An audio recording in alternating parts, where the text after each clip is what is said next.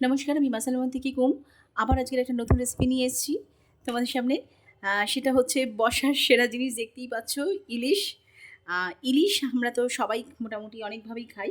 তো আজকের আমি যেটা দেখাবো হচ্ছে ইলিশ মালাই। ইলিশ মালাই ভাপা। আমরা তো এমনি সর্ষে বাটা দিয়ে খাই। এটা একটু অন্য টাইপের করব।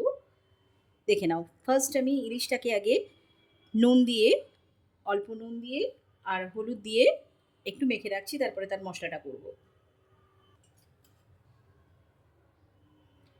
এবার এক চামচ, ছোটো চামচের এক চামচের মতন হলুদ দিয়ে দিচ্ছি।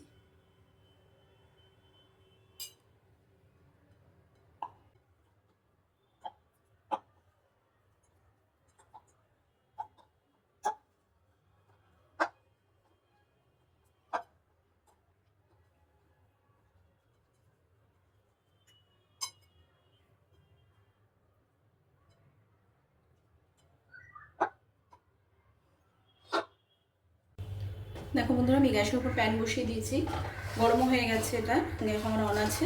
এবার আমি এর উপর অল্প একটু কাজু বাদাম দিয়ে দেবো।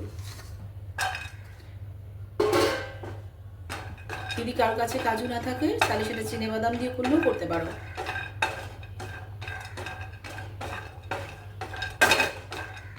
এটাকে আমি একটু হালকা ফ্রাই করব।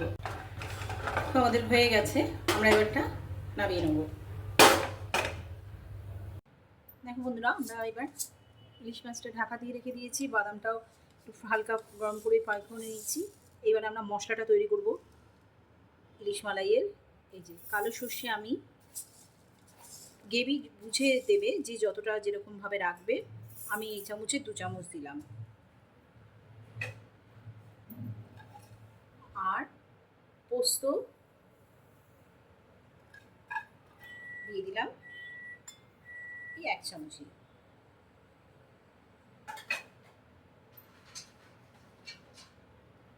আর দিয়ে দেবো যেই বাদামগুলো হালকা করে রেখে দিয়েছিলাম। ঝালটা নুনটা বুঝেই দেবে, যে যেরকম খাবে। আমি 10টা মতো লঙ্কা দিয়ে দিলাম। যদি আর একটু লাগে তো দিয়ে দিতে পারো।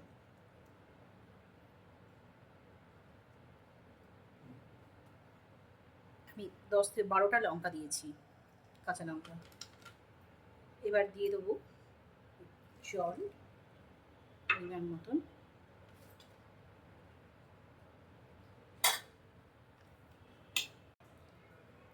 দেখো বন্ধুরা, আমরা যে পেস্টটা করতে দিয়েছিলাম সেটা হয়ে গেছে। পেস্টটা আমার এখানে সর্ষে, পোস্ত, বাদাম, কাঁচা লঙ্কা দিয়ে যে পেস্টটা করেছিলাম, এবার এই পেস্টটা আমরা এখানে ঢালবো।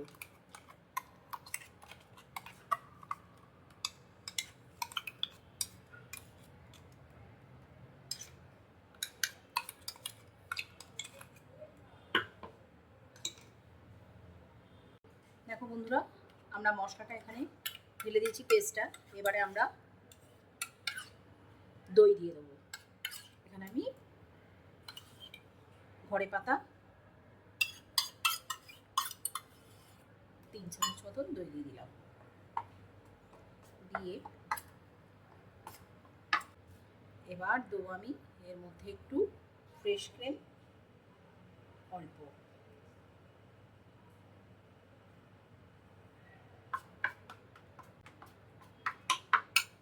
এবার দিয়ে দেবো 1 প্যাকেট, ছোট প্যাকেটের গুঁড়ো দুধ।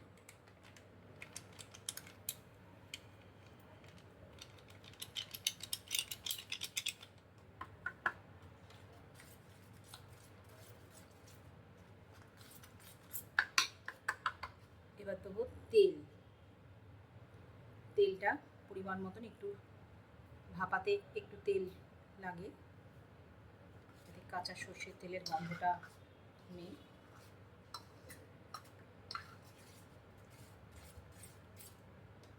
যারা এইভাবে কোনোদিন করে যদি না খেয়ে থাকো, একবার অন্তত আমার রিকোয়েস্ট যে এইভাবে একবার ইলিশ ভাপা মালাই খেয়ে দেখো।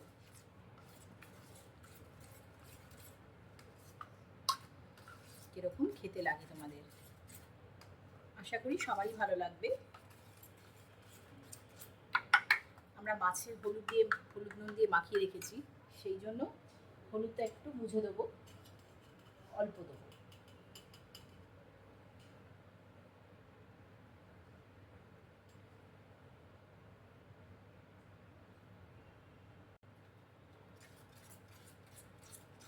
দিয়ে নাড়িয়ে দেবো। মাছটা ঢেকে রেখেছিলাম।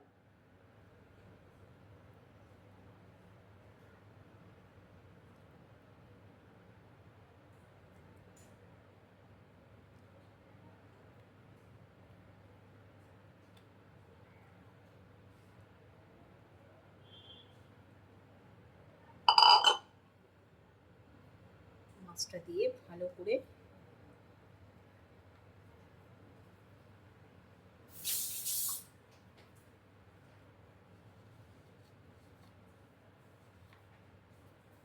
নুন আর একটু দিয়ে দিচ্ছি।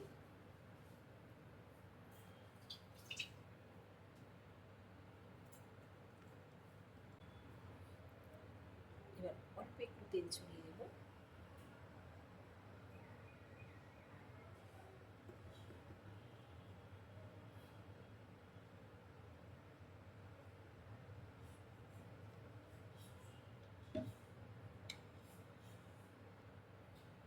ব্যাস, এবার আমরা এটা কড়ায় বসাবো। তার আগে একটু দিয়ে হালকা ফ্রেশ ক্রিম এক ফোঁটা করে ছড়িয়ে দিচ্ছি। তবুও আমরা এটা গোটা গোটা দিয়ে দেবো। দেখো বন্ধুরা, আমরা গ্যাসের ওভেনে একটা কড়া বসিয়ে তার মধ্যে জল দিয়ে নিয়েছি। জলটা খুব বেশি দিলে হবে না, যাতে ওভার হয়ে থালার মধ্যে উঠে যায়। এবার আমরা অল্প জল দেবে। এবার আমরা এই থালাটা একদম এরকম সেটে সেটে বসিয়ে দেবো, দিয়ে এই ঢাকা দিয়ে দেবো। আমি এর মধ্যে আর কটা কাঁচা লঙ্কাও দিয়ে দিয়েছি একটু বেশ করে। এবার একটু দেখে নিই আমরা ঢাকাটা তুলে আমাদের ইলিশ ভাপা মালাই হয়ে গেছে কিনা। হ্যাঁ, একদম রেডি আমাদের। দেখে যেটা মনে হচ্ছে, দেখো দেখতে যা লাগছে না, গন্ধেই মনে হচ্ছে এক থালা ভাত খেয়ে নেবো। হ্যাঁ, একদম হয়ে গেছে আমাদের। আমার ইলিশ ভাপা মালাই রেডি, আমি সার্ভ করে দিয়েছি। এবার গরম গরম ভাত দিয়ে শুধু খাওয়ার অপেক্ষা। আর ঠিক তোমরাও কেউ খেতে বসলে এরকম করেই সার্ভ করে দেবে। আমার এই রেসিপিটা যদি তোমাদের ভালো লেগে থাকে, তাহলে প্লিজ যারা ফেসবুক থেকে দেখছো তারা একটা প্লিজ লাইক করে দিও, লাইক করতে ভুলো না। আর যারা ইউটিউব থেকে দেখছো তারা একটা সাবস্ক্রাইব করে দিও। আমি এখানে তোমাদেরকে কাজু বাদামগুলোকে একটু ফ্রাই করে নিয়েছি। তোমরা যদি মনে হয় যে ওটাকে কাঁচা দেবে, তোমরা কাঁচা দিলেও কাঁচা বাটাও দিতে পারো। কিন্তু মালাই এতে যখন একটু হবে দেখবে একটু ফ্রাই করে দিলে আমার ওটা মনে হয় যে ওটার টেস্টটা, গ্রেভিটার টেস্টটা আরও বেশি বেটার হয় কাঁচার থেকে। সেই জন্য আমি একটুখানি ওটা ফ্রাই করে নিয়েছি।